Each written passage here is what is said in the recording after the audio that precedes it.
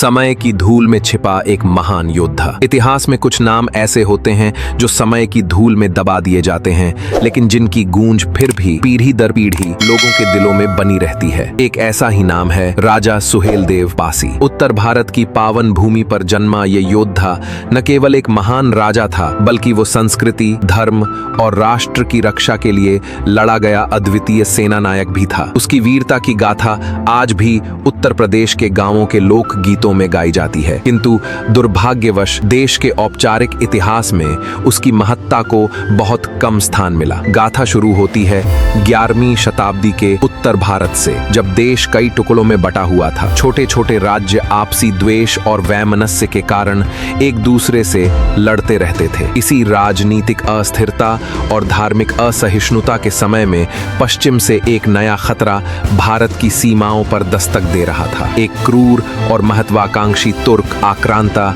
गाजी सलार मसूद, जो केवल सत्ता नहीं, धर्मांतरण और सांस्कृतिक वर्चस्व का सपना लेकर भारत आया था। सलार मसूद के आक्रमणों से उत्तर भारत के अनेक हिंदू राज्य तहस नहस हो चुके थे। धर्म स्थलों को तोड़ा गया, गुरुकुल जलाए गए और हजारों लोगों को बलपूर्वक इस्लाम में परिवर्तित किया गया। उस समय देश को किसी ऐसे नेता की आवश्यकता थी जो न केवल वीर हो बल्कि दूरदर्शी भी हो, जो भारत की आत्मा को समझता हो और उसकी रक्षा के लिए अपना सर्वस्व न्यौछावर कर सके। और तभी इतिहास के मंच पर उभरते हैं राजा सुहेलदेव। श्रावस्ती के पास बहराइच के क्षेत्र में जन्मा यह वीर पुरुष एक योद्धा भी था, नीति निपुण शासक भी, और सबसे बढ़कर एक धर्मरक्षक था। उसने न केवल अपने आसपास के राजाओं को एकजुट किया, बल्कि उस समय के समाज के हर वर्ग, राजपूत, पासी, भील, गोंड को संगठित किया और एक विशाल सेना तैयार की। उसका उद्देश्य था भारत माता की रक्षा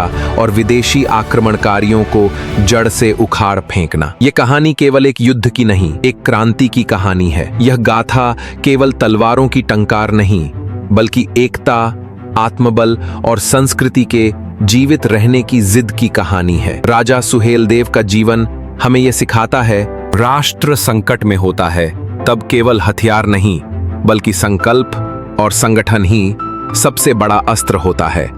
इस महागाथा में हम जानेंगे कि किस प्रकार राजा सुहेलदेव ने न केवल सलार मसूद की विशाल सेना का सामना किया, बल्कि उसे उसी की धरती पर पराजित करके यह संदेश दिया कि भारत की आत्मा को कभी दबाया नहीं जा सकता।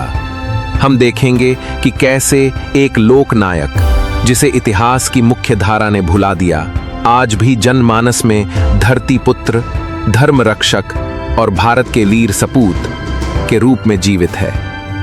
यह कहानी न केवल अतीत को उजागर करती है, बल्कि वर्तमान को चेतावनी भी देती है कि यदि हम अपनी पहचान, संस्कृति और मूल्यों की रक्षा नहीं करेंगे तो बाहरी शक्तियां फिर से हमें बांट सकती हैं। सुहेलदेव का बचपन एक सामान्य राजकुमार की तरह नहीं बीता। उन्होंने अपनी किशोरावस्था से ही अपने आसपास फैली अव्यवस्था को देखा। कैसे विदेशी आक्रांता मंदिरों को तोड़ते थे, गुरुकुलों को जलाते थे और स्थानीय जनता को धर्मांतरण के लिए मजबूर करते थे। इन अत्याचारों ने उनके हृदय में गुस्से और दुख की ज्वाला जगा दी।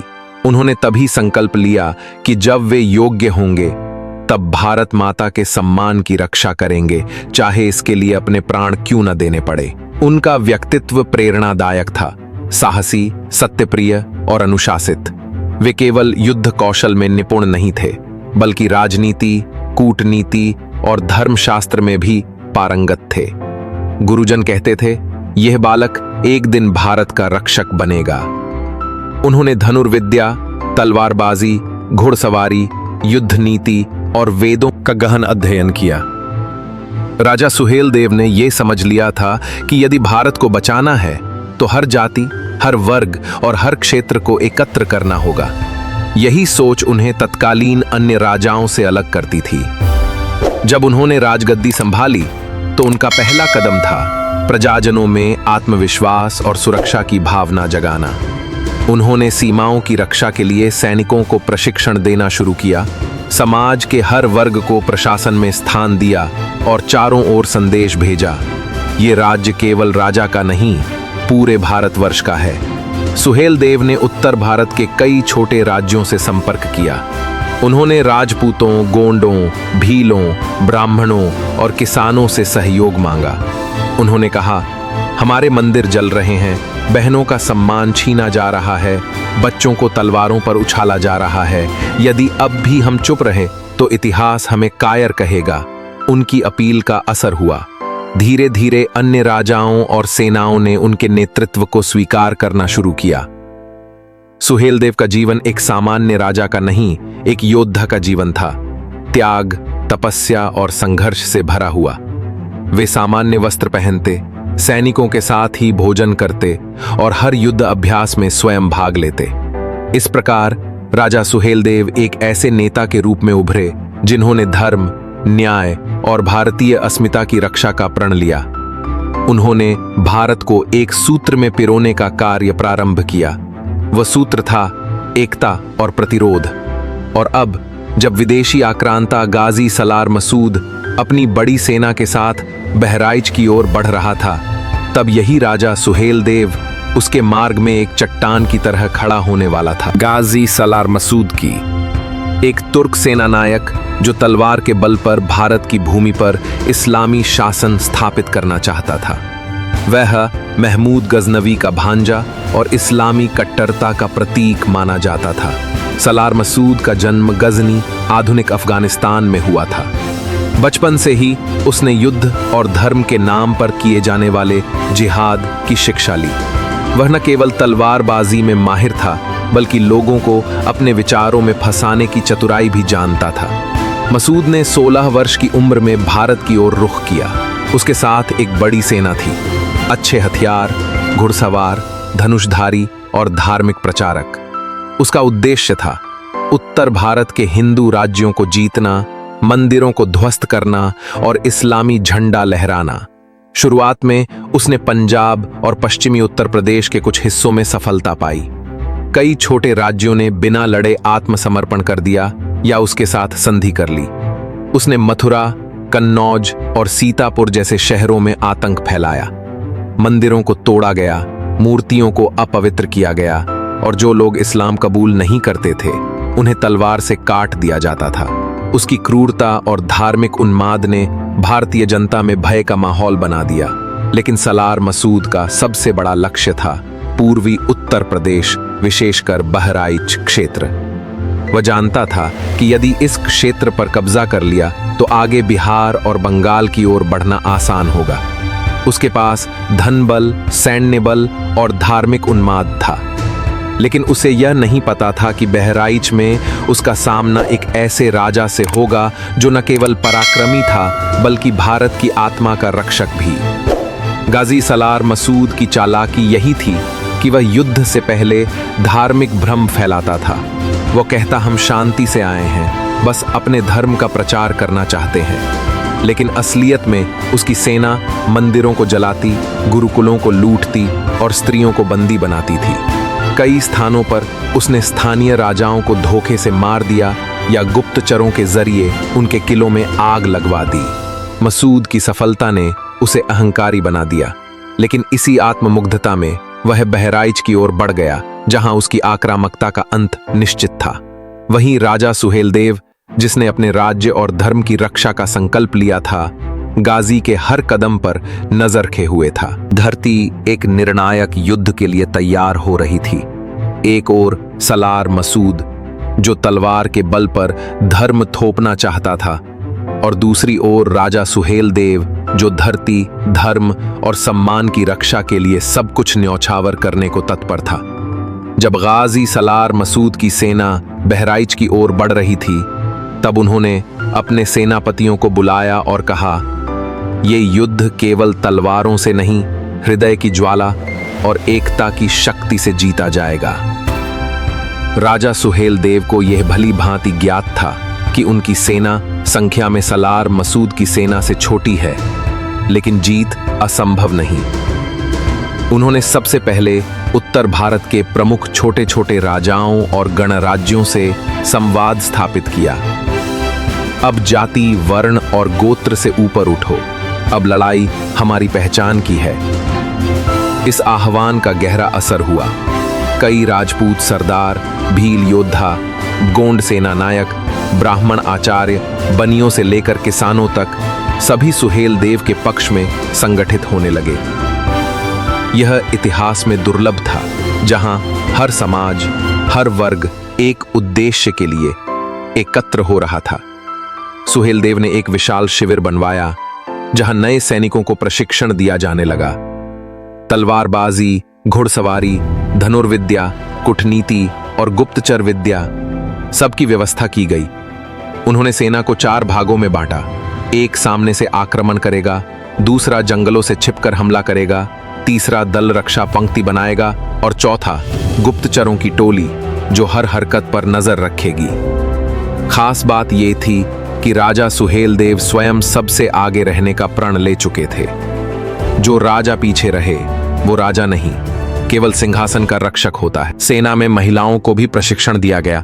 दवाइयों की व्यवस्था, घायल सैनिकों की देखरेख, संदेश वाहन और कुछ तो गुप्तचरी में भी निपुण थीं। बहराइच के जंगल, तालाब और दलदल सबको रणनीति का हिस्सा बनाया गया। उन्होंने कहा, जिसे तुम कमजोरी समझते हो वही शत्रु के लिए जाल बनेगा। सैनिकों को बताया गया कि कैसे दलदली इलाकों में दुश्मन की घुड़सवारी फंसेगी और वहीं से तीरों की बौछार शुरू होगी। गुप्तचरों ने सूचना दी, सलार मसूद की सेना अत्यधिक आत्मविश्वास में है। वे भारत को पहले ही पराजित मान चुके हैं। इस पर सुहेलदेव मुस्कुराए और बोले, जो युद्ध को पहले ही जीत लिया समझे वही सबसे बड़ी हार की ओर बढ़ता है। और अब युद्ध की भूमि तैयार थी। मैदान सन्नाटे से भर चुका था। सन 1034 ईस्वी की एक सुबह बहराइच के घने जंगलों और दलदली मैदानों में 2 सेनाएं आमने सामने थीं। एक ओर थी सलार मसूद की विशाल इस्लामी सेना, जो अफगान और तुर्क सैनिकों से भरी थी। तलवारों की चमक, घोड़ों की हिनहिनाहट और विजय का अंधा विश्वास।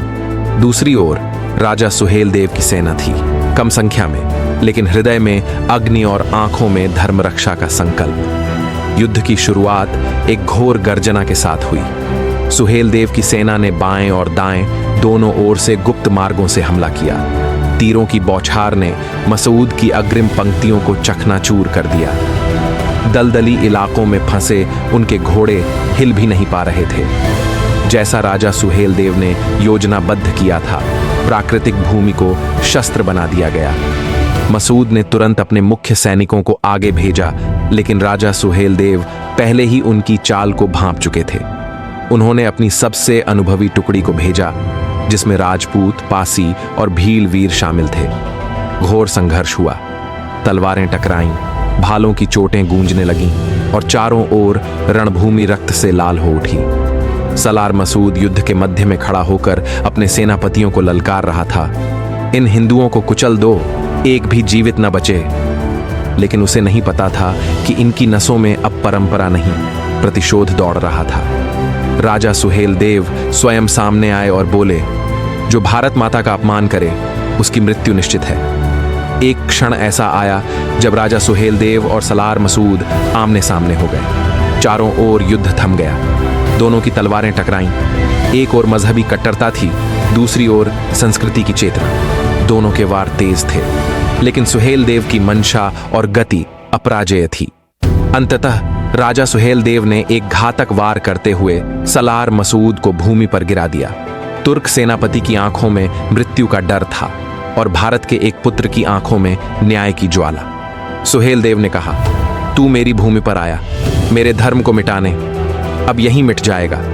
और एक अंतिम प्रहार में सलार मसूद की जीवन लीला समाप्त हो गई। उसके मरते ही उसकी सेना भयभीत होकर भागने लगी।